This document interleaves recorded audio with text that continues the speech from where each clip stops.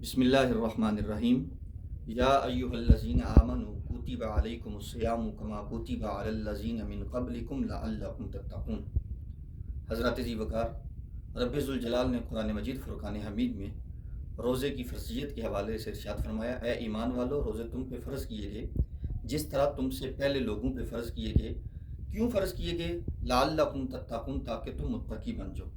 یہ روزہ ایک ایسی عبادت ہے جس کے بارے میں رسول مکرم جناب محمد مصطفیٰ صلی اللہ علیہ وآلہ وسلم نے ارشاد فرمایا، من صام رمضان ایمانا و احتسابا غفر له ما تقدم من ذنبہ، کہ جو شخص رمضان کے روزے رکھتا ہے اور اس کے بعد پھر اپنی ذات کا احتساب کرتا ہے، اپنی ذات کو جھنجھوڑتا ہے، دیکھتا ہے، آقا کریم صلی اللہ علیہ وآلہ وسلم نے ارشاد فرمایا، غفر له ما تقدم من ذنبہ، اللہ اس کے زندگی بھر کے گناہوں کو معاف فرما دیتا ہے۔